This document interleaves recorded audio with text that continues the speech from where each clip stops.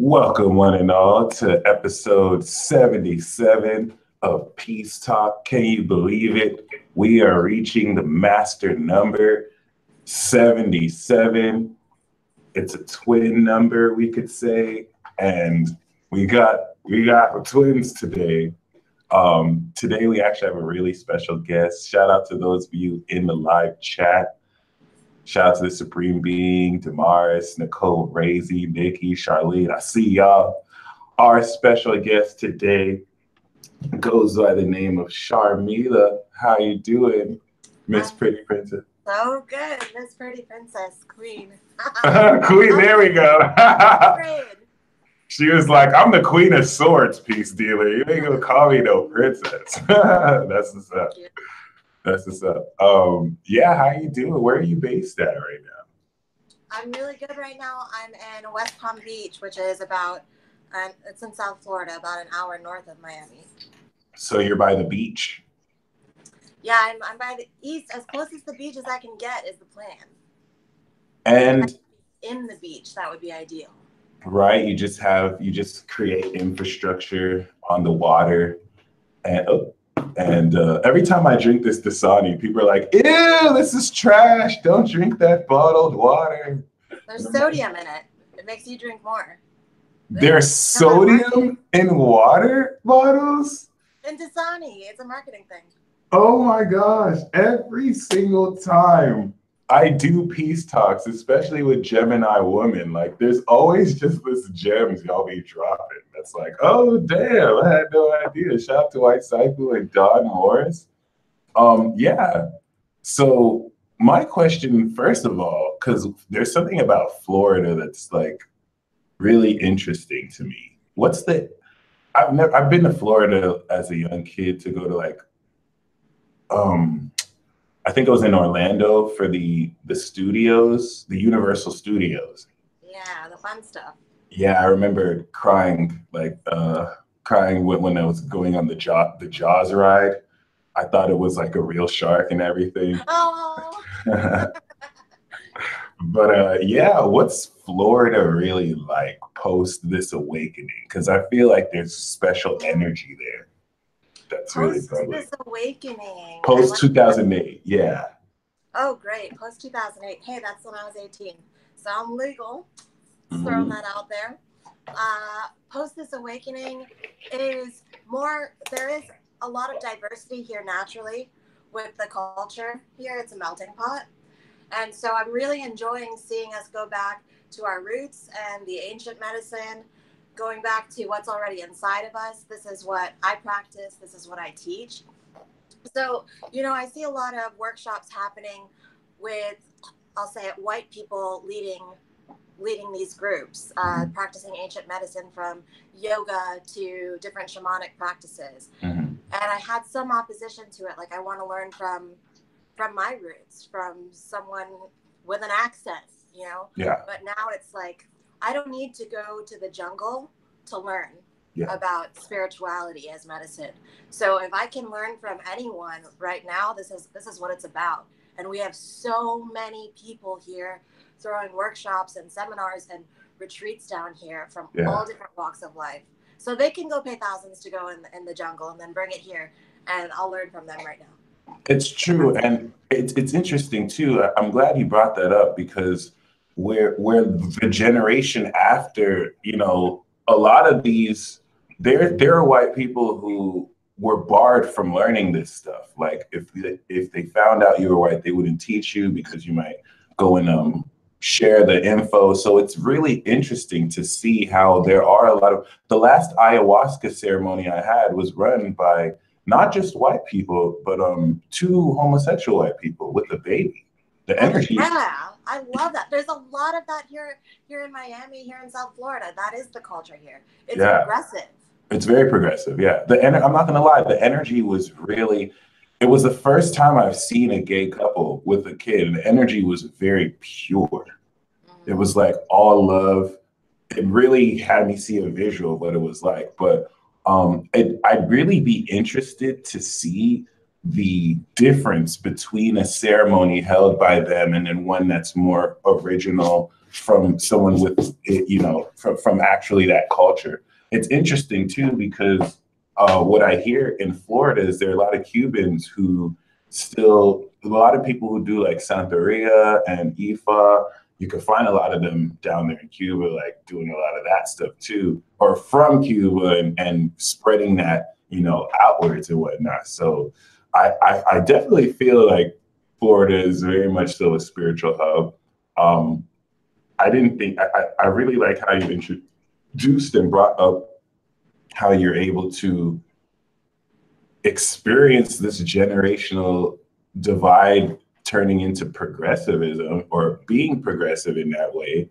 It's something too, like in this craft, like there's certain people who they might be white on the outside, but you could tell they're probably like black in a past life or maybe like ethnic in a past life, like they got the spirit or something.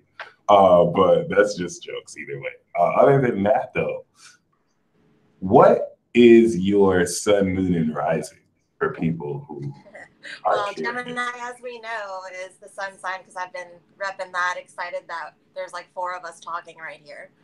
And then my moon sign is Leo, and my rising is Cancer.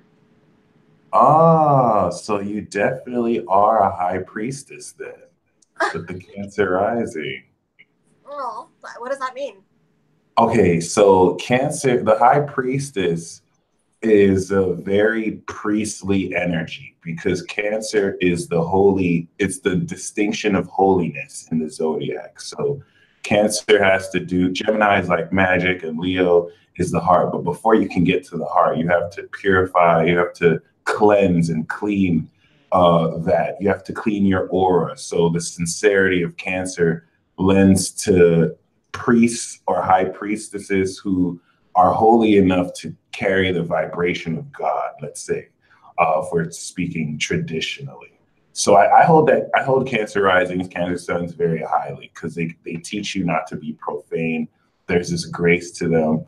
And you did say you were 18, so at like 2008. No, that was in 2008. 2008. So you're born 1990, right? Yeah, I'm a 90s baby. Yeah, okay. I just need to, I think it's time, you know, I've been saying this in readings to people, but I think it's time to just solidify this. 90s are the greatest. I'm sorry, not sorry. Hey, I won't argue that.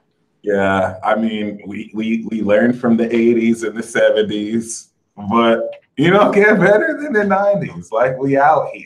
We're here. We're getting our Saturn returns. It's lit. And what do you feel? What is it like being a Leo moon with a Gem sun? You know, I really only started learning about this stuff through you about a year ago. Oh, nice. And yeah, thank you. You taught me a lot. We can get into that later if you'd like. So I really don't know much about it. I just know that I am that. I watched your stuff, and then it was fun to like go back a week later or a month later and be like, this guy's always freaking right. Cool. Yeah, that was pretty dope. No, those big 3 are really cool because you have Gemini, Cancer, and Leo together too. It's a really good affinity. So Leo moons definitely add it's like, oh, I love Leo moon gems because it adds like a fun energy to the expression of truth, and there's a lot of passion. But you know, actually, that would most likely put your sun in the 12th house if you are a Cancer rising, which is really awesome because now this puts you in a divine perspective of truth to where you're aware of the sacred truth and of experience. And this is really important considering what you do. So let's get into that because you did mention that you're big on really, you know, taking what's inside you to heal. And there's certain posts I'll hear you say that kind of dissuade people from relying too much on pharmaceuticals and modern medicine. I don't see you as someone that's against modern medicine, but definitely you know how to balance and bring out your own power. So what is it that you do right now? What I do, thank you for seeing me. No problem. what I do, I'm a self-mastery coach, which means mastering your own energy and going within you to find the tools that already exist within you to heal yourself naturally. And I use this through my own personal experience through healing. No, I'm not against modern medicine because it saved my life for sure. Uh, I could also say it's taken it once or twice. But definitely there's a time and a place for it. I started my health journey or my healing journey, healing mental illness back in 2006. It was depression, bipolar anxiety. And then later it turned into a physical disease. Now in hindsight, I learned how I fell ill was through energy healing. I learned it was, a closed heart, closed throat, and I developed a lung disease, and that was on my deathbed, and I got to experience how to heal through modern medicine. So modern medicine definitely is what got me through my coma, what got me through, I was on a ventilator. So that's naturally what got me to where I am now. So much respect for modern medicine. However, I learned over time that it was actually killing me the more I was taking. I was getting sicker and sicker. So I started the same way I'd like search WebMD for all the drugs I was taking. Uh, I'd say, okay, energy healing for this symptom, energy healing for this symptom, chakra healing for this symptom.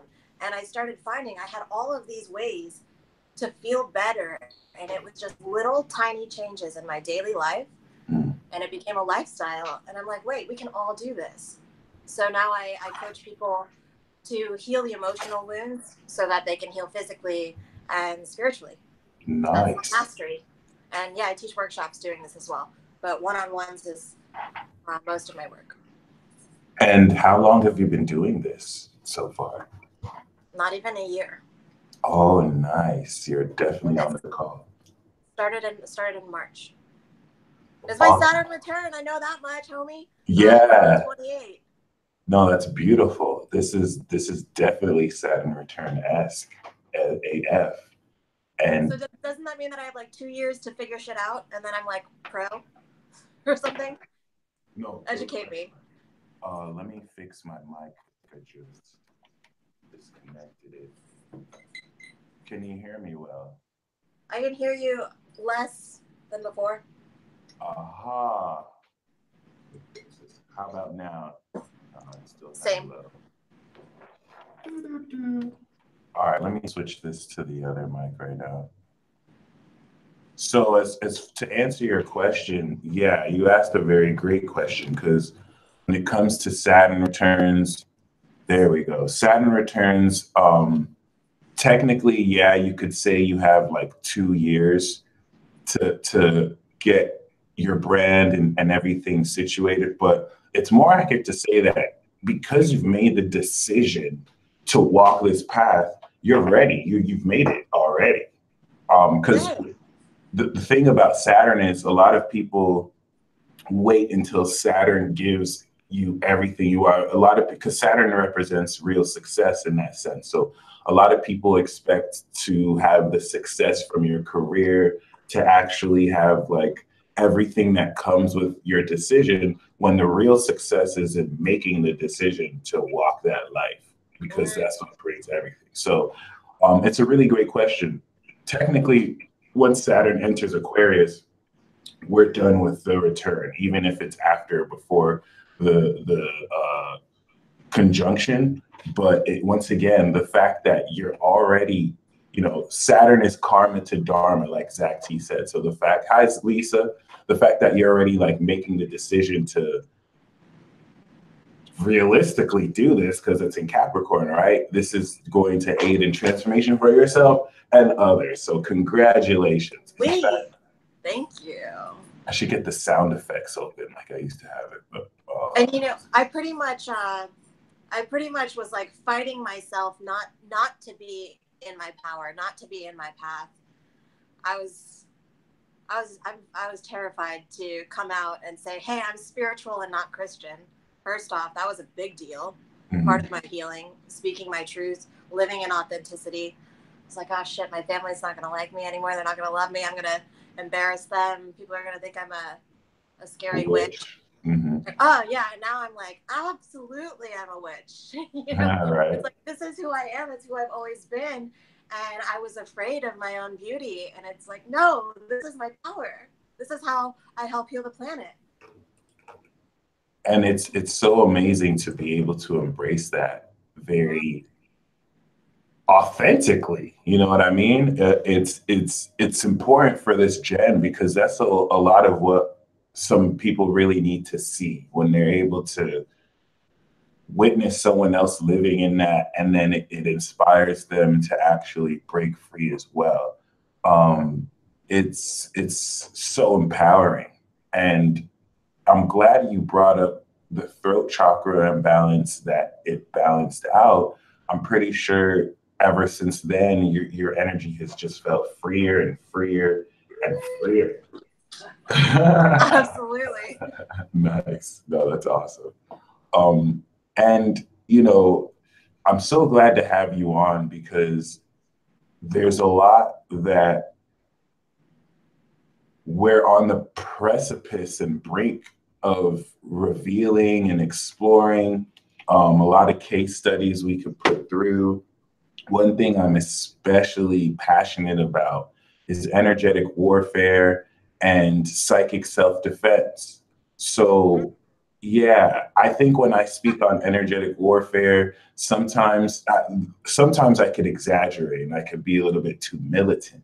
But when I speak on it, I really mean the basic everyday warfare that happens between the negative and the positive, between you, within you, and around you, in order to make sure you don't succumb to your own negativity or your own mental illnesses. And um, my question to you regarding this, thank you, Nicoletta, is what is your definition of this spiritual or energetic warfare, and how do you feel mental illnesses have to do with this, and how do you feel mental illnesses have also been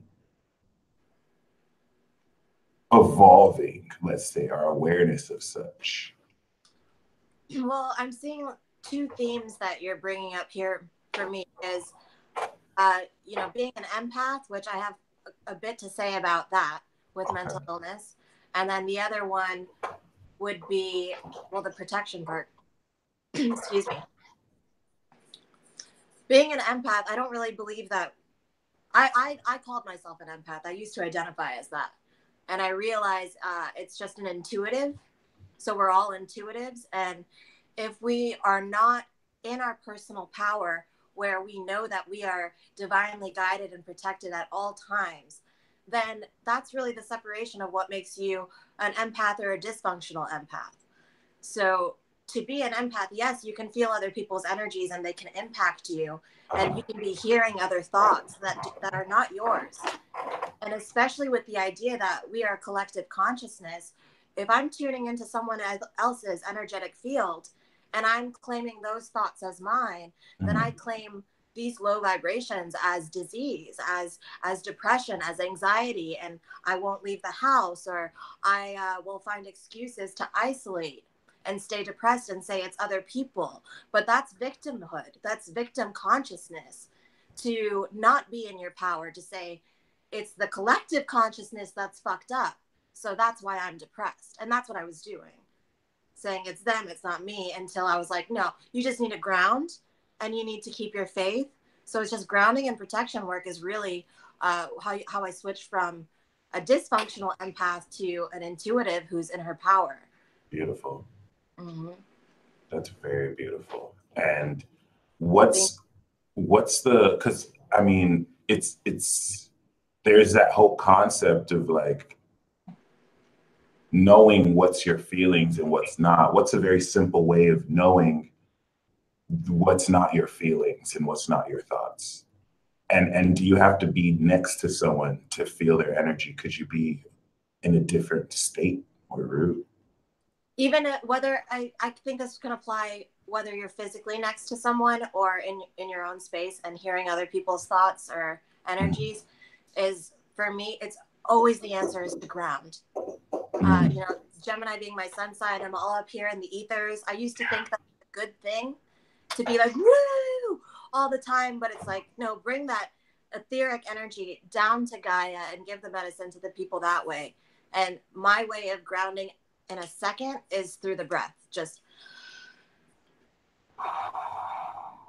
and then I feel it. I'm back in my heart.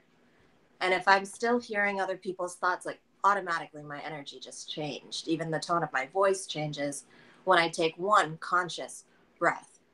So if I'm still hearing or feeling an emotion that I don't want, then I say, is it love? Is it freeing? And is it expansive?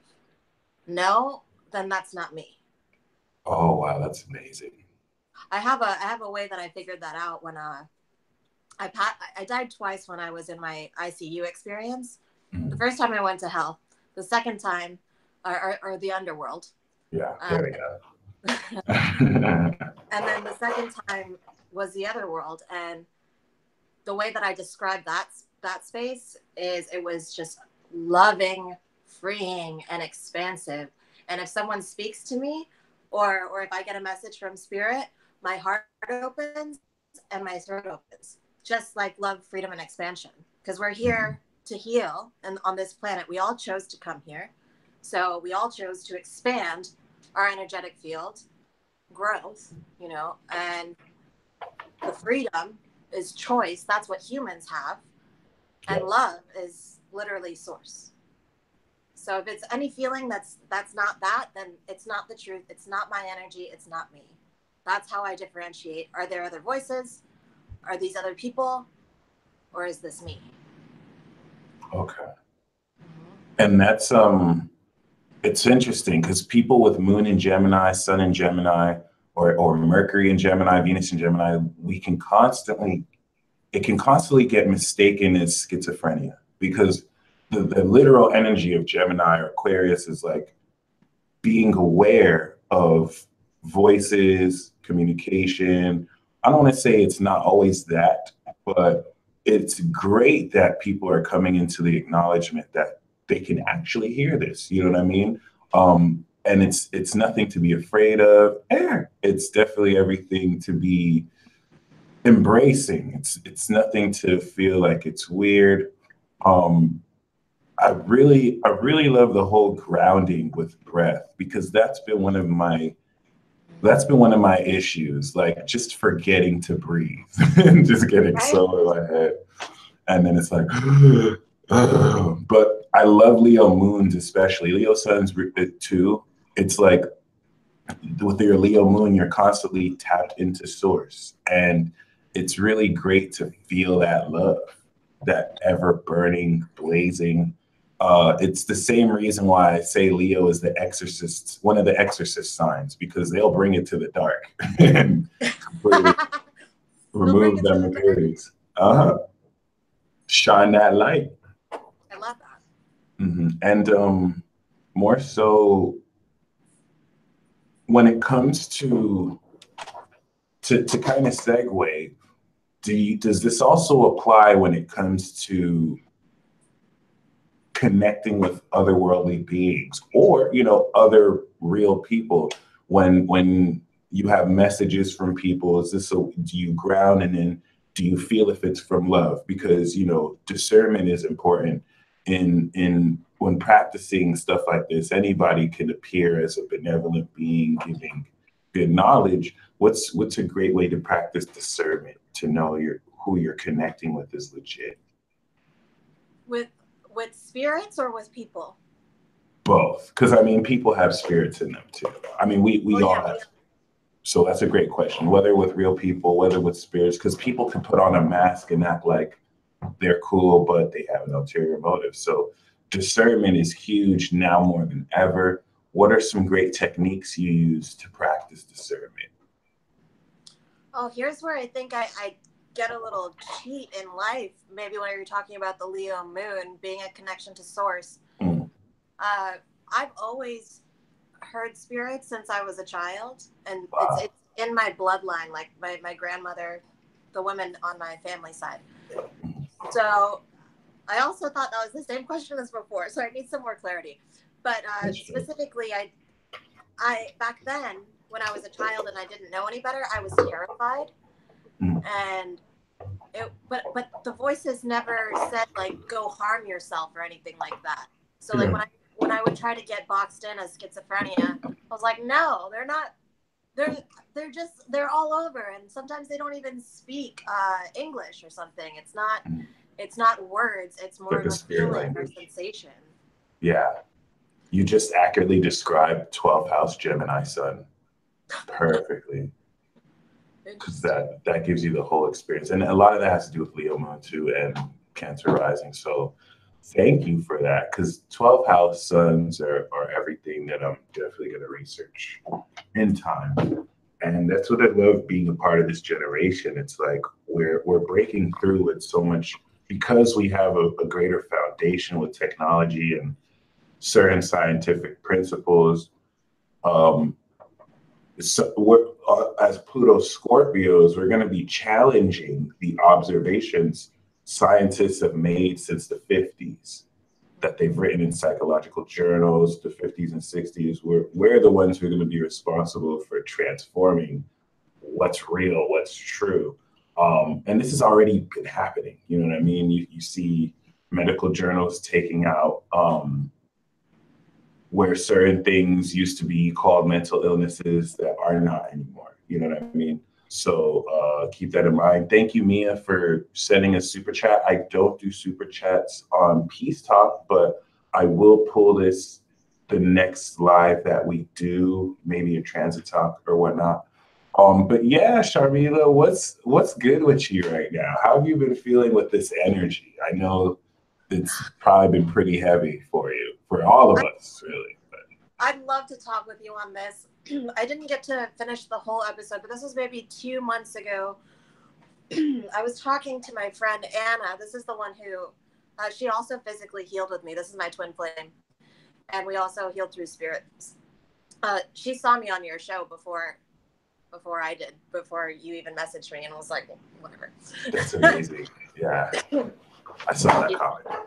So I was talking to her about, like I see, specifically at the beach, I was seeing images in the water, like the colors of like psychedelic jellyfish, the like holographic, what is it? Holographic? Mm-hmm. Like all these space colors, like what's behind you, your background, that spaceship back there. I Green was seeing, yeah, all that space galactical stuff. I was seeing things moving in the water, in the ocean. Yeah. And that's like how it started. And I was clear that that was not real or like 3D. And I'd have a friend next to me and they're not seeing it. And I'm just like, okay, cool, pretty stuff. And then now it's turning into shapes. So I'm starting to see messages in the water, and nice. I just found it very interesting. And now I'm seeing, through talking with other friends that were experiencing, just getting messages through different sensations that are outside of the 5 senses that I don't know the words to describe. But I guess the one word is knowingness. Yeah. Surrendering to all of these sensations being real, even though it's not 3D, because it's so true when I'm experiencing it in the moment. And different types of energies, like being able to experience joy and bliss and access literal heaven on earth through ways that people would have to do yoga or meditation and breath work. But I can do that now. I can access that same place that I was, the other world, in the physical, in just a breath. So it's so accessible. My God. It's accessible. Okay, I need to interrupt you right now. Everybody, Sharmila just described perfectly what it means to have a 12th house Gemini sun. Transcendent states through the breath, Gemini. I need congratulations. That is a huge deal. And then Annabelle commented, "This is deja vu because I thought you guys had done this before." And technically, kind of, the last Gemini woman that I had on here also was a Cancer rising and a 12th house Gem sun, but she had a Virgo moon. Have you heard of her? She's Amber Khan. But it's interesting. I don't think she's referring to that. I think perhaps we might have done this in a past life, probably some kind of interview or something. Kind of. But, oh, go ahead. Oh, I was just listening. Oh, cool. Well, yeah, it's interesting because like that's amazing. That's really amazing. Like to be able to ground and be aware of those transcendent states. It's and yeah, the last Gemini we had was Jasmine. But it's interesting because a lot of like how you experience these transcendent states, that energy. I really like how you highlighted, because I always think the 12th house is a supernatural house where you do kind of help harness superpowers or whatnot. But to be able to kind of be aware of that and also the ability to be aware of that, it's going to expand a lot more. And there's something about that that can make certain people feel lost. I'm really bringing this up for other 12 housers watching this. You mentioned the ability of being able to surrender to what you feel, even if it doesn't make sense with what you see. Could you expand on that? Because that's very important. Totally. And that goes back to your second question about discernment. Is the faith that everything just is. Don't fucking judge everything all the time, man. Nothing has to be good or bad. Just let it be and observe it. That's an act of surrender. You know, just being able, because you're able to fully experience in that moment. So when I'm able to surrender to visions or spirits that I'm seeing or just gut feelings, I'm able to fully feel it. And when I fully feel it, then that's how I can tell, is this 3D? Is this reality? Or is this someone else's energy? Because when you're fully present in that moment, it's a knowingness. It's just knowingness. You're so certain. There's no other way that anything else can be true because you are experiencing it as truth in that moment. Wow. That makes perfect sense. Yeah.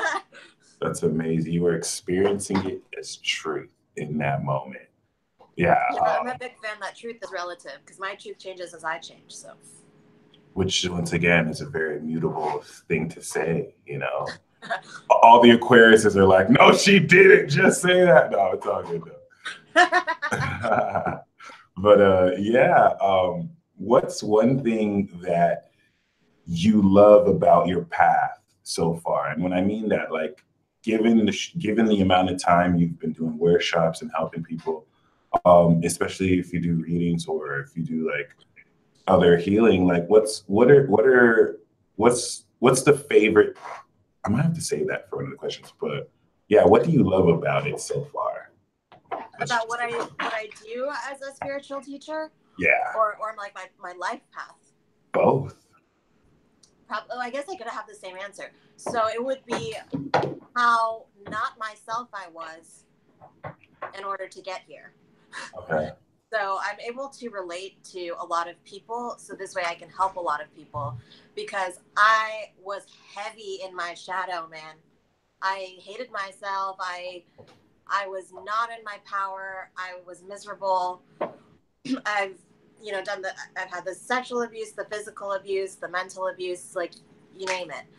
So, and then also just like my relationship now and how I heal through spirit is very much grounding, very much working with the earth and the elements, the breath, specifically water is the water and the moon was first how I started really practicing magic. Nice. And so my connection to the elements now is just ridiculously strong, and I never even knew this was a possibility. Whereas before I was like, I couldn't wear sandals because ew, dirt. Ew, don't get earth on me. Or gross, I'm sweating. Like, oh, I hate this planet. Why did I come here? Like before I had this, like my first Baker Act, my first psychosis episode was like maybe, probably 18. And I woke up really like I remember it. I woke up really pissed off because the day before we were learning about some social politics, and I was just like, wait, so I just came out of a vagina just like everyone else, and I'm supposed to pay more taxes or less taxes than someone else who's my neighbor? What?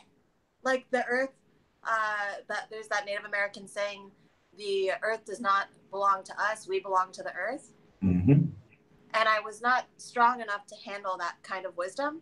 Yeah. And I freaked out, and I was so angry, and it just was a downward spiral of mental health issues. So I'd say my drastic transformation and who I used to be and who I am now is my favorite part of my path, and my favorite part of me being a spiritual teacher, because I'm able to relate to people and fuck with their shadows and be like, yo, I share that shadow too. And not really judge the shadow, but dance with the shadow, and then leave it behind when you transcend it. When you don't judge it, when you don't judge the shadow, then you can love it, and love is the literal frequency to transmute it. So the healing, you don't have to heal through pain anymore. That's an old paradigm. We heal through love now. Level up. You know, that's it. No, let's talk about that, because when it comes to I really like how you said that. It could be really. Hold on for a second. Let me call my dog. Ruffles, come here. He's barking at a window. Ben Bucky. Okay. Hi. Continue. It's all good. No, it's time. totally fine. Trying to see the doggy real quick. This is my child. No, that's just okay, but beautiful. Continue.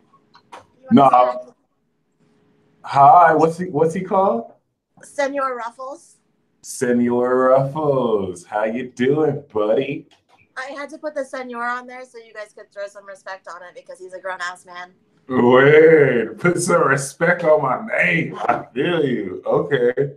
I really like that you said, not judging the shadow. I think it's something that many of us are trained to do subconsciously. So how do you catch patterns when you judge? What are some ways that we judge our shadow that we may not even be aware of, that we can change today, especially through just breathing? Because I really like this whole concept of breathing. I'm a cat moon. So whenever it comes to feelings, I don't want to say I think the real cat moon is mature with their feelings, but I don't use it well. So I'm like, ew, feelings, like, yeah, get away. So, how do you come to terms and not judge your shadow? What are certain ways? Oh man, I have mostly water in my chart, by the way, which is interesting. So I'm very emotional. Uh-huh. So it's been quite the journey. How to not judge it? I sit in my shit. Mm-hmm. So I would say feel your shit, feel it, because I would literally feel it till I was exhausted and depleted. Oh wow! And I was like, what? This is not getting anywhere, and I'd have to, sleep or rest or change a whole scene to get out of that space. Mm-hmm. So I was definitely learning through the pain. Now it's more like it goes back to the same. Is it loving? Is it free? Is it expansive? No, but I want to be angry. But I want to compare myself to this other person. But I want to be X, Y, and Z that is not loving, freeing, and expansive. And so when I start having that inner dialogue, man, this feels like shit. How long is this gonna last? When is this over? Is it Mercury retrograde? Is it Venus retrograde? What is going on? It's like, no, it's you, man. It's you. So when do you want to not feel like this? So it's that inner dialogue that I have with myself. I'm just like, all right, how long am I going to sit here? Okay, I'm realizing that I'm choosing to be angry. Okay, so I'm choosing to be angry. Well, then let me finish being angry, and then I'll get out of it. You have to feel your shit to get out of it. You have to go through it to get out of it. Let me finish being angry. That's interesting. And then instead of judging those feelings like, oh, screw this, it's like, you know what? I love this. Not that you love the negativity, but it's like you're letting it go with love. That's interesting. It's foreign of a concept. It's the recognition that, hey, this is a feeling that feels like shit, so it's probably not the truth of me. So now that I know that this is a shitty feeling and it's not the truth of me, then what am I going to remember? I'm going to remember impermanence. This is fleeting. This is when I was very, very suicidal, and I want everyone to listen to this. If you take one thing away, because I was like not just suicidal once or twice, it was like how many ways can I try to kill myself? So for me, how I would get myself out of that space, and I wasn't woke or spiritual at this time either, was just remembering that I had felt that shit before. I felt that low before, and then I left after. I got out of it. So knowing that it's not permanent, that it's fleeting, you're going to get out of it. So just fucking feel your shit fully, go through it, and then decipher, then analyze or whatever. Just feel your shit and get out of it after you fully feel it. Every time I feel my shit, I turn into some creepy anime antagonist. And I'm just like, screw humanity. This is horror. I'm going to do some evil things. And then I just like get out my feelings. And then I'm like, oh my God, I need a Snickers bar. And then I feel great. But other than that, it's still very true. Like, I really, it's something that you say that reminds me a lot of what Teal Swan speaks a lot about, which is spiritual bypassing and avoiding that, where people kind of just take shortcuts to dealing with emotional trauma and just acting like everything's positive. You know what I mean? So this is definitely it's so true. Like feel your shit. Feel it, you know what I mean? Teal's another Gemini too. I would love to interview her. If any of you guys can send her some messages, let her know the peace dealer is interested. But she's also a Cancer rising, so she's also 12th house sun. I have to give it up to you, 12th house sun Geminis. Y'all are out here. It's amazing. It's really amazing. And another thing is, you're very much so on the forefront to emerging this divine feminine essence. I feel like the word divine feminine has been overused, even though it's still very relevant, overused or not. And it's coinciding with greater empowerment for women growing out of these dark ages. So could you talk to me about how what you're doing is a part of this movement? And not how, I mean, we can see that, but what are your thoughts about this? How do you feel being a woman, it has empowered you more as opposed to what your parents and grandparents had to go? I love being a woman. For me personally, what I'm teaching, and I see the theme of with the people that I work with, and even just my friends and my surrounding, is getting out of victim consciousness. This is what it is for healing the divine feminine right now.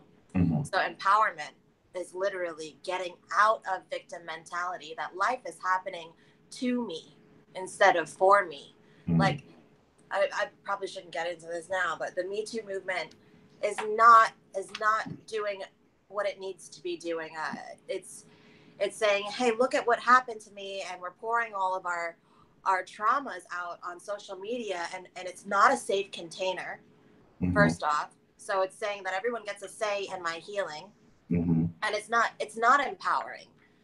What's empowering is when you do the inner work, the emotional healing that it takes to talk about these traumas, or when you stand in your power and you say, hey, I'm not okay, I want to share my story. You can still share your story, but you need to be able to be in a space where you can handle shit coming at you. So like now, if someone wants to talk about my history with rape, or my history with any of my traumas, emotional traumas, I can handle it now because I've done the inner work in my solo time. I stand outside of victim consciousness, and I realize it's my choice how I choose to respond to the traumas that happen in my life. Yeah. So really realizing that we are responsible for everything that happens in my life. If you told me that I called in mental illness, that I called in dying and being on a ventilator, I'd call bullshit. I'd say, how could I choose to be depressed? No, it is a choice, because when you realize that all of these traumas you call in energetically, then you're empowered. You're standing in your power, and you say, now the power is not in other people's hands. The power is in me, and I have a choice, and now I can transmute it. I can change it. That's it. So it's accountability is what I'm holding our women to. It's bringing in the action of the divine masculine. It's integrating both of them. So it is using the masculine energy. Yes. Very well said. I so like it's that harmonizing with the masculine too. It's using both to heal the divine feminine. And that's really important, because sometimes we polarize, and it's true. Like women have the divine masculine and feminine, and just like men. So it's really great to accept that. I like that you brought up the Me Too movement, because I think one of the most unfortunate things about both for men and women are the people who I think this hurts women a lot more, people who take advantage of this and they lie. You know what I'm saying? They cry wolf. And then it makes it harder for real women who've gone through this to be heard without being felt like they could be lying. You know what I mean? What's advice for people who are going through that to not fight this game of having to prove themselves, but then also, dealing with other people who have kind of cried wolf? Like, how do you realistically deal with stuff like that? It goes back to accountability of saying no one gets a say in what is truth to me. Truth is relative, as I've said. So that means if you know it to be true, you don't need to be validated by others. So if you're dumping your trauma on Facebook on an open platform like the Me Too movement is doing, and I've never hashtag Me Too in support for this reason, is because you're saying that other people have a say in your healing. So I understand that it is opening the dialogue of discussion that needs to be had. I understand that it's doing that, and it's beautiful for doing that. But it's not healing it. It's just dumping your trauma everywhere. And then other people get to tell you that, well,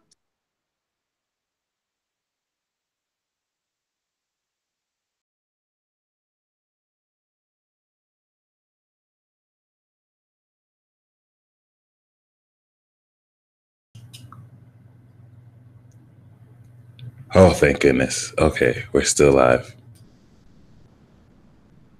My apologies, guys. Let me invite her back on. That was my fault.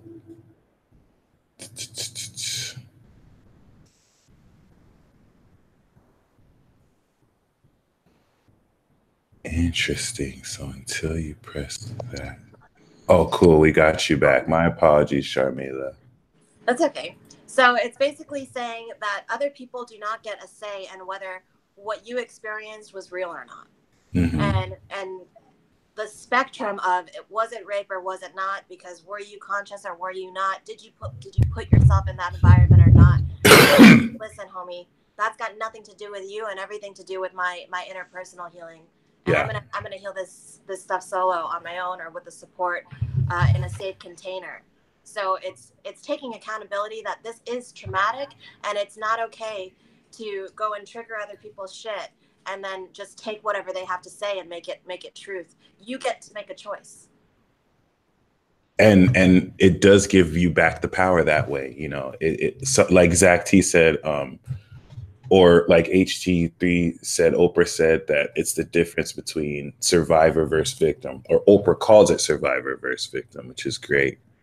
I really like how you also speak of there being relative truth. I think Aquarius is more that objective truth. And then Gemini explores the subjectivity and truth of ideas. And I don't want to just, nail it to a zodiac, but it's interesting to think of. It's a very relativistic way of looking at the world, and one that really does honor other people's experiences and not just kind of say it's just this way, which is awesome. That's expansive. That's the heaven on earth.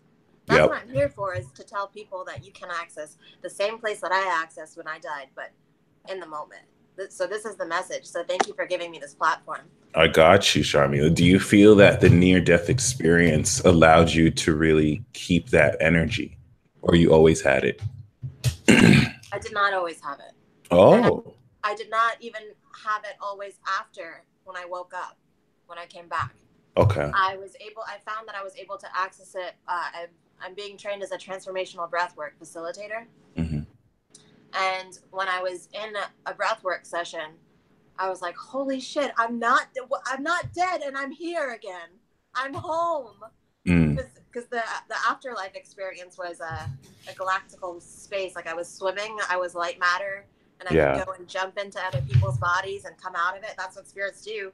Yeah. So like, that's awesome. Finding that I could do that through the breath. I mean, once you start breathing on a regular basis consciously, you just elevate higher, higher, higher, higher, higher, and then throw some mushrooms in there, and then you not while you're breathing. Well, hey, yeah, while I'm breathing. But I was against mushrooms or psychedelics or just any type of substance to achieve enlightenment because I was snobby about spirit medicine. Yeah. I was like, oh, well, I can cultivate all this within me naturally, so I don't need that shit.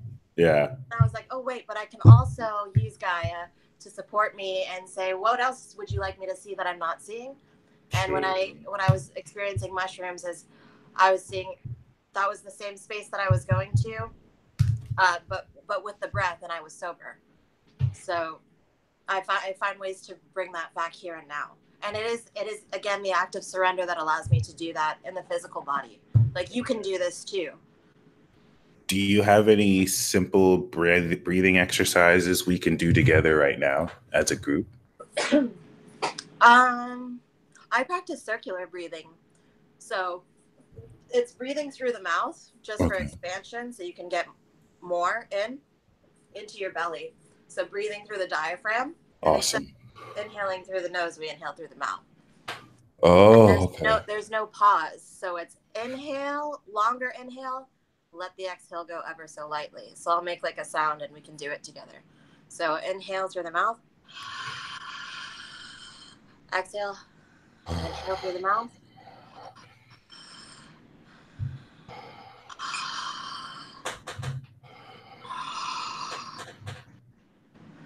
You're going to let the breath just fall out of your mouth. So we'll do it together. Like we'll count to 3 for the inhale, and then just let the exhale just fall out, and then don't even hold it. Just 1, 2, 3 inhale, let it fall out, and go back to the inhale. So let's do that. Gotcha. And inhale.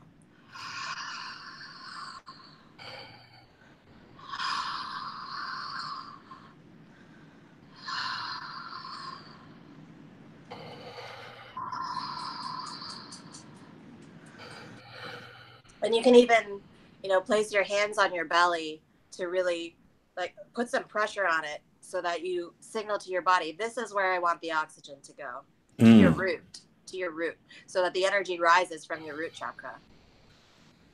That's amazing. So let's set an intention right before we do it so we can do some collective healing. We'll just do like 5 Yay! Breaths. Awesome. Let's do it. Yeah. Okay.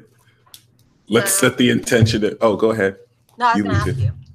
I want to set the intention to be our greatest selves. All right, I'm with you. Yeah. So hands on the belly.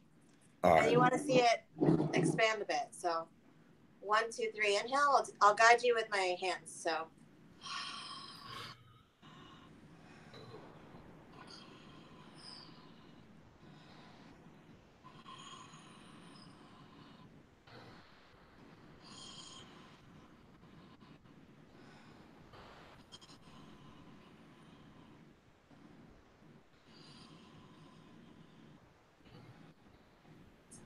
woo!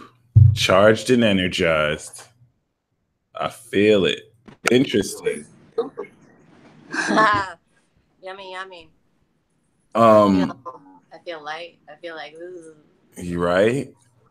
I was being a little bit dramatic with the visuals just to guide you guys. Thank you. Yeah, that's totally necessary. And where are you? I don't think I asked you this. Where are you from? I was born and raised here in West Palm Beach, and my parents are from Trinidad. Oh, okay. And my ancestry goes back to India. Oh, gotcha. Okay. Yeah. So they're like, run from the British. Let's go to Trinidad. and then I popped out and So, okay, nice. So the islands and Indian. Mm-hmm. Well, it's all Indian, and it was just migrating to the islands. To the islands. Oh, got you. We migrated to America, so. Got you. Nice. But I definitely have West Indian influence and East Indian, being raised by my grandma mostly during my childhood. Nice. She's the East Indian influence. Nice. And then I get my spiciness from my mama in Trinidad. Nice. My dad was raised in Canada, so that's where I learned my manners. All right, mate. That's what's up. No, Trinity girls could be rude, you know. Yeah, love me them Trinity girls though. They know what's up. That's really awesome though. That's really great to see the culture as well. Thank you so much for the exercise. It definitely helped us. Does it feel like 50 minutes have passed? It feels like 20 to me. Yeah, I feel good too. Time flies when we're having fun. Yes, I guess something about our energy that's accelerating. But let's play the 3 questions game. We'll take turns asking each other's questions. You ask me one first, I'll answer. I'll ask you one, and then we'll take 2 more rounds. Okay. Oh, wait. Me first. All right. You could ask any question. It could be about anything, too. All right. Well, I heard you mention that you're practicing celibacy. Tell me more about that. Or why are you practicing celibacy? Are you? Whoa. Straight into it. You heard me say that? My Mars and Aries is like, comment. My Mars and Aries is like, when? Okay. No. All right. I practiced celibacy for like a year so that I could clear myself. I totally believe it's something I would say. No, I don't. I do not practice celibacy. Like I don't have sex, but it's not because I'm celibate. I'm involuntarily celibate. I'm not an incel. I'm not an incel. I've had sex recently, but I don't want to say I practice celibacy. I do personally have made the decision to cut down on sex. Like I will not have sex with somebody if I don't have a heart connection with them. It's a discipline that I'm working on committing to, because I'm gonna still want to have sex, but I'm going to like wait until I have a heart connection. Or I am also accepting the whole notion of spiritual marriage and like being married at a soul level. So I'm glad you asked me this question, because I'm at the place right now with Venus retrograde where my whole view on dating and relationships is transforming. Like I'm slowly becoming the hermit that's just like the observer. I might not even get involved anymore. But I would never really say I'm celibate though, which is a great question. Because if I'm so glad you asked that, because I'm really like figuring it out right now, to be honest. Like, I just went straight to it. Yeah, you really did. But honestly, No Nut November, like Clementine said, I'm saving myself for my spiritual wifey and my soul wifey and my soul bae. But no, I really do want to take a more disciplined approach to sexuality, because I realize for me especially, sex is a very powerful way that dark forces could infiltrate if I'm not discerning, if I really allow people with sexually or spiritually transmitted diseases to infiltrate my space.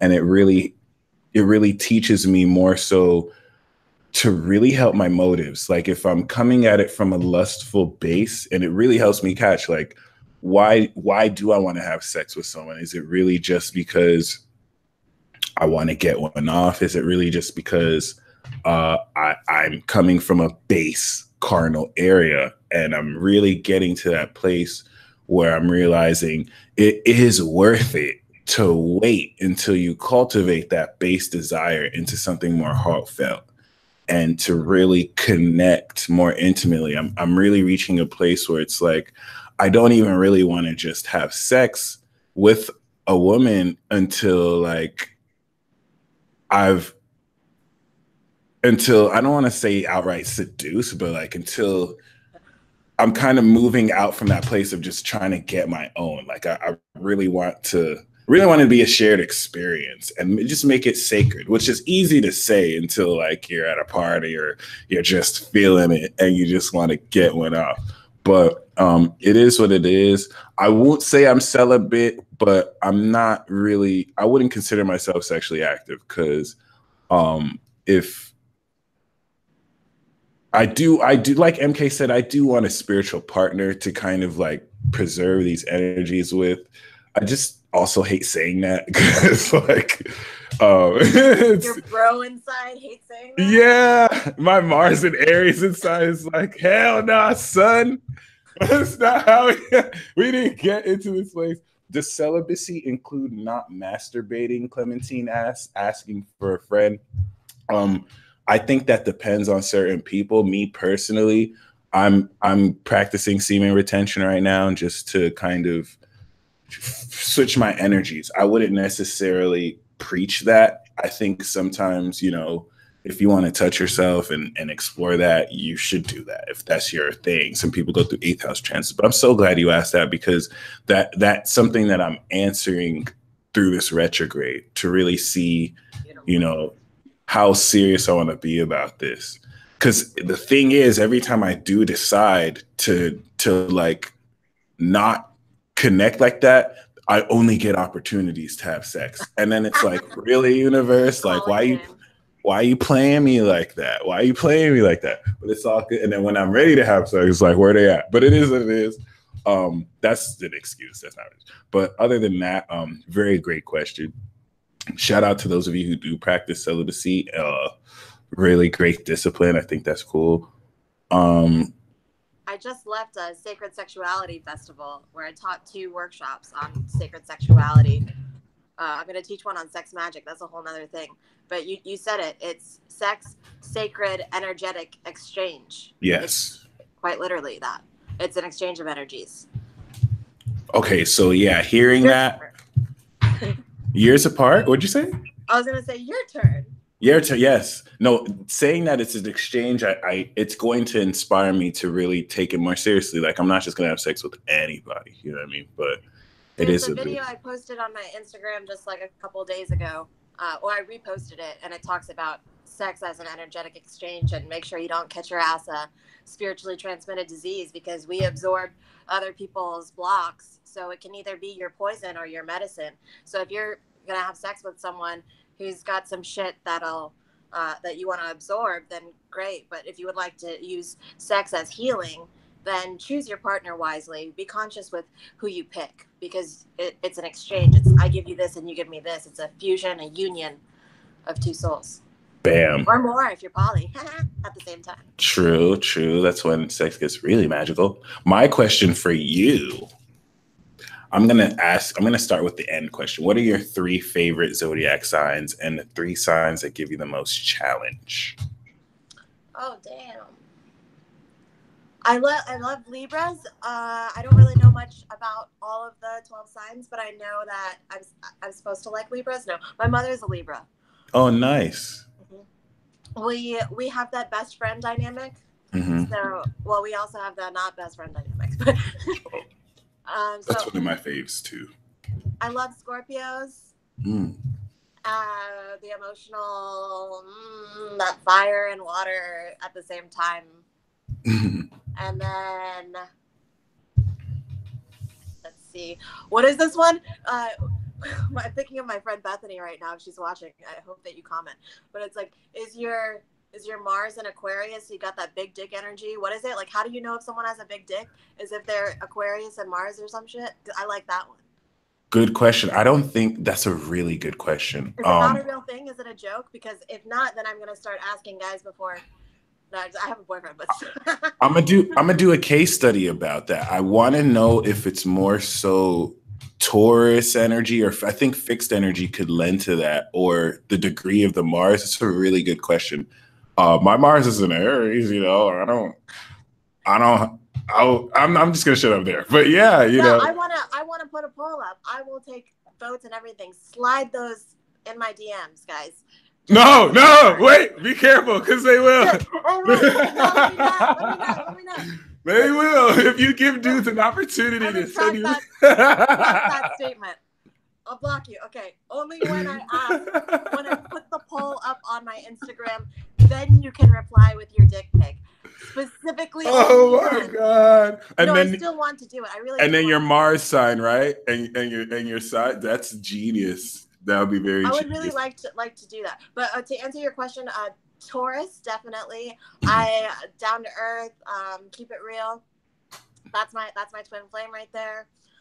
Any water sign, because I love emotional healing, and specifically, I guess I don't really have. I'm not answering your question. No, that's straight. You answered enough. I think you said 3. Are there? We could even skip. What are the 3 that gave you the most challenge? I think I don't know enough to do this. Probably also Taurus, because they're fucking stubborn. True. So, and then Leo for ego. Like simmer down. Let me turn the spotlight down sometimes. So that's even myself, which I only recently realized that I didn't want to be seen, and so I feel that, and that's how I'm in my power. So it was 2 with Leo. Okay. Now that I'm in my power, I like Leo. Yeah, I feel you. And then Capricorn, because I respect the structure and the earthiness in it. Nice. Because I'm flowy. I need a little discipline. I need someone to like smack me in my plate. I feel you. All right. Round 2 it is. Okay, so my turn asking you? Yes, ma'am. All right. So, I remember you talked. No, that's a loaded question. Yeah, I wanted to know your connection with Aoife. Oh, wow. See, why are you asking the hardcore questions right now? Oh, my God. I know we're trying to close. I have to go see my man. He just came from the airport. I got to go. Okay, so when it comes to Aoife, I actually realized Aoife comes from Nigeria. It's like near the Congo. I met a Cuban padrino who was from Miami and came to El Paso. And there was this one dude who flew me to Puerto Rico so I can get initiated in not necessarily Ifa, but Palo Mayombe. And I ended up realizing that the way they did that may not have been the most right way. So he kind of helped me reverse that karma, especially because there was some deception around that. So Ifa really came to me like, I still haven't been following it up with it. I'm not really traditionally in it. I don't have like my mano de orula, but I've worked with people who were in it, and they would do certain rituals and ceremonies to clear the energy. I don't think I'm finished. I still need to actually get in it. But what I was told was that I'm meant to be a Babalawo in this. Like, this is in my blood. My great grandparents used to do this, which they did. It may not have been called Ifa, in the Igbo's called Ododua, and my grandma and my mom rejected that for Christianity. So I'm like bringing up that mantle again, which is cool because I still consider myself a Christian, just not in the way that I was taught. So it's like I could be a Christian Ifa. I'm so glad you asked that because I really think that's going to come back in my life really soon. And I don't think it's a coincidence you mentioned it. Interesting. And I also looked at my ancestry. My sister gave in her DNA, and I realized that even though I thought I was from Nigeria, majority of my ancestry is from Benin and Togo. I have a higher percentage from there, even though, my parents were born and lived in Nigeria. They call Nigeria, because I don't really acknowledge it as Nigeria anymore, really. But it is what it is. Great question. Ifa is something that I don't really, the padrino that I connected with, I don't talk to him anymore. He's not, something happened to him. So, every time I get into it, the dark forces try and get in the way. There was a language divide too. He only spoke Spanish, and I don't really know as much Spanish. So it just kind of got in the way. So I just need someone to, after that, I was like, if you're going to lead me into Ifa, I wanted to work directly with you, no middleman. And that's when I started realizing I'm very close with Obatala and Ogun. and Oshun, I was able to syncretize them with the planets and see how that works too. Interesting. That's fucking cool. Now you have to do this because I want to know. I will encourage you, man. That's what they were saying. Like they were saying, because I know astrology, like I would be able to bridge what I know with the stars, and then also this to bring the best of both worlds. Elegua's Mercury, you know what I'm saying? Uranus is about to law. Oh, okay. You're Hija de Elegua, the road opener. That's awesome. That's common with Child of Yamaya. Yeah. That she's like the moon Cancer. A Polero that I was working with, Polero. And that was also the thing, a language divide. And it's like, if you're gonna fuck with these energies, you better be able to work with, like, be able to harness it. Yeah. And so that language barrier, I can see why that's a hindrance. And I have to learn until you can fully exchange. Yeah, no, you're right. You're right. I never really mastered my home language, Igbo, because I feel like if you speak it in the authentic language, even Spanish, it's a little bit more powerful. But even English won't really hurt it either, because the real language you're speaking is from the heart, right? So, yeah. I felt that. Beautiful. My second question, thank you again. That was an amazing question. My second question to you is, I'm going to listen to Miss Kiki. What is sex magic to you? And what are some sex magic techniques and principles you cool. can share? I'll teach you one right now. Yay! So sex magic is using your sacral energy center, your sacral chakra, which is responsible for manifestation, for creation, excuse me, for your sexuality. And you can use that to manifest. So there's another workshop that I teach called Masturbation for Creation. Nice. And what we do there, well, let me not say what we do there. Let me just say the objective is if you can consciously breathe with intention, you set your intention before you masturbate, okay? Jeez. So let's say you don't have to have a partner. So I want everyone to get on after this call, go fuck yourselves and try this, okay? So you'll masturbate with an intention. So what is it that you're going to create? I was doing this in the bath when I was healing my lungs. Mm-hmm. I was healing a physical disease. So I was taking these magic baths with different herbs, and a lot of them was heart healing baths. So I was like, oh, if I'm taking a self-love bath, let me masturbate while I'm here anyways. And then I find out it's actually a thing. So if I'm doing like moon magic, and today's the full moon, a great time to release. So tonight, get in the bath and masturbate with the intention of what you'd like to release and envision what you'd like to bring in.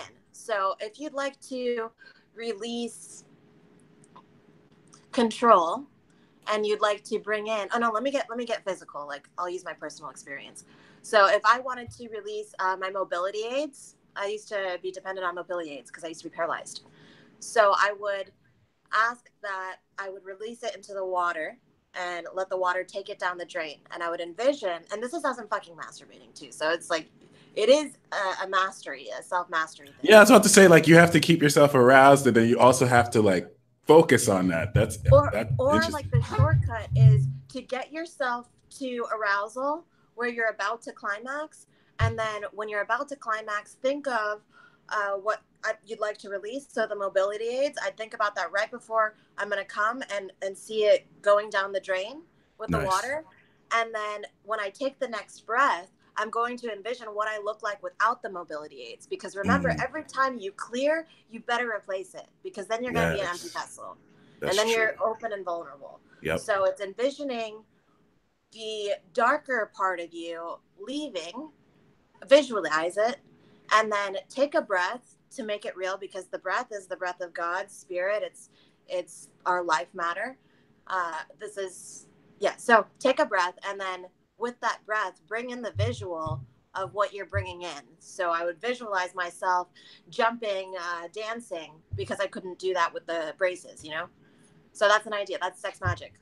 That's beautiful. That's solo work without a partner. And so some people say, so that's you can. Not tantra. That's not tantra. Okay. So tantra's okay. So I teach sensuality, which is tantra. That's more emotional intimacy. The sex magic is deliberate. And so you actually release. You actually let go. You don't hold back, because some people say get close to climax and then you hold it in, but you're actually allowed to release it, right? Sex magic, yeah. Cool.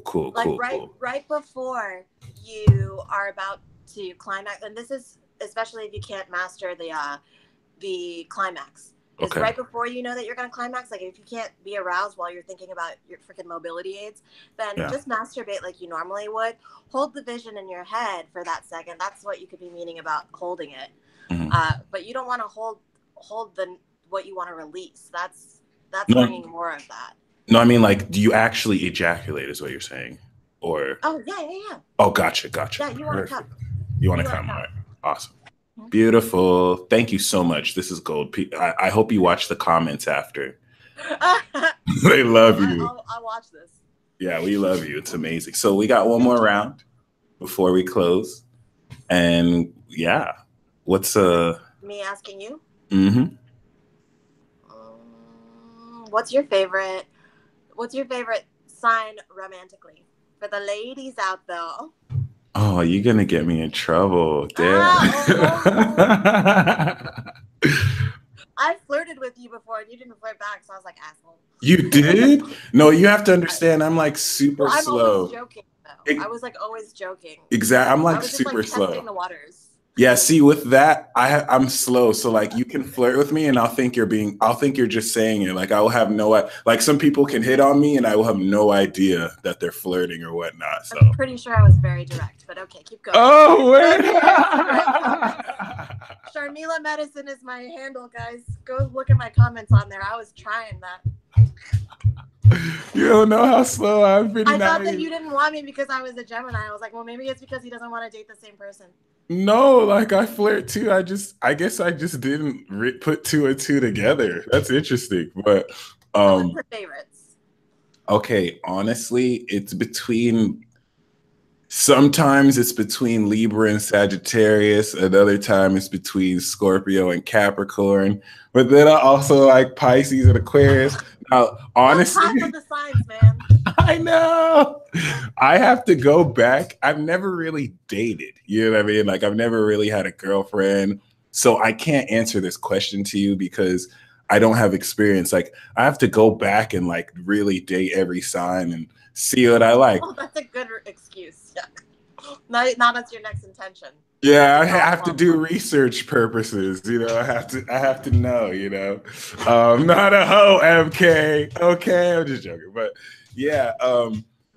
Let me see. Honestly, I do like them all. That's one thing about astrology. Like astrology has helped me love every sign. Like there's certain things about Cancer women you can't get anywhere else. But then it's the same reason why you might need the intuitive critical analysis of a Virgo. All right, I'm gonna stop deflecting. I'm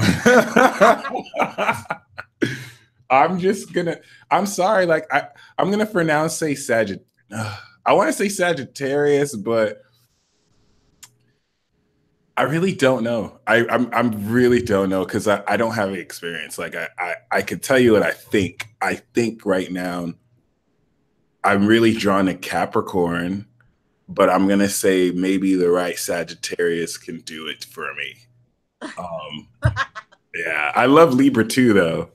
But yeah, it is what it is. What I love though is how I love Gemini women too. Like I click with them instantly. But I want to say Sag. I feel like there's something about Sagittarius that I have yet to explore, and they may potentially get me. But I'm really being honest with you, Sharmila. Like I also fuck with Pisces too. I think I have there might be a different explanation of Pisces, but for now I'll say Sag. I promise you this might change. This might change in another year or two after I kind of go out, but we'll see. Great question. And my last question for you is what is the moment you've had that you looked and you knew, wow, I have supernatural powers? Or what is your superpower if you had a superpower? Oh my God, I can't believe I didn't say Leo. I love Leo women too. Y'all have my heart. I know. By the way, I forgot about Sages, and I love Sages and Pisces as well. Yeah. My superpower. Can I have two? Yes. Oh, yeah, please. Okay. One, intuition for sure, because it's a knowingness now. It's not just like where I need to use tools or anything. Beautiful. So definitely intuition. And then my hands, the power of my touch. Can I see your hands again? I You do have the M. What'd you say? You do have an M pattern on your hand. I don't. Oh, that's not an M. Oh, cool. I don't. All right. But since I was a child, my grandmother also has healing hands. Nice. So, massaging my mother, or even just touch, like just simple touch. People can really feel my energy when I touch. So even if it's like a handshake, I get responses back. Like it's like profound. Yeah. It's like it's an experience. I make people feel, and it's very light. It's very light and expansive and freeing. So I remember my mom always saying, "Oh, you're just like your grandmother. You have healing hands, healing hands, healing hands." When I was thinking about my website name, I was thinking about making it Healing Hands, but I was like, "Oh, I don't want to limit it to Reiki just because I do Reiki, because I use Reiki in everything. Reiki's in shamanism. Reiki's in all of us." So my touch and my intuition. Beautiful. Very beautiful. And hey, to close, I do have your website down below, deborahsharmila.com. How can people reach you, and what services do you offer? Awesome. Thank you for that. I'm going to be changing the website names soon this year. It'll be it's deborahsharmila.com now, and it will be sharmilamedicine.com soon. Nice. And the services that I offer are my one-on-one coaching, and that can either be in person if you're local, or if I'm in your area, because I travel with workshops. Nice. Or like this, like the video, WhatsApp, different types of platforms like that. Cool. And another service that I offer, if it's not my self-mastery coaching, and that's emotional, spiritual, and physical coaching. And so the next service would be my workshops, and that you would stay posted on my social media, whether it be Facebook or Instagram, and that's Sharmila Medicine is the handle. And specifically what I'm teaching right now with my workshops is elemental medicine, so working with the elements to heal, like water healing, how to program water, moon magic, new moon ceremonies, full moon ceremonies. That's awesome. What I started traveling with. And also sexual healing. So those two. Amazing. So using your sexual healing, sex magic. But make sure you guys hit her up, which I'm sure you will. She's definitely awesome, like Trix just said. And do you have any final word of advice for people walking this spiritual path, especially for the first time? Yes, absolutely. Use your own discernment. Use your own discernment, and always ground and take a breath before you communicate with other people. Take a breath. Get back in your body. This is the gift. We chose to come to Gaia because we want a human body. So if you're grounded, you can do fucking anything. So just grounding and protection. Amen. Well, there you have it, y'all. Thank you so much for having me on here. You're super awesome. Thank you so much. I'm definitely going to invite you back on so we can talk some more and enjoy this magic together. So, and absolutely. Thank you guys in the live chat for showing love. You guys are amazing. And you guys stay blessed. And until next broadcast, peace out.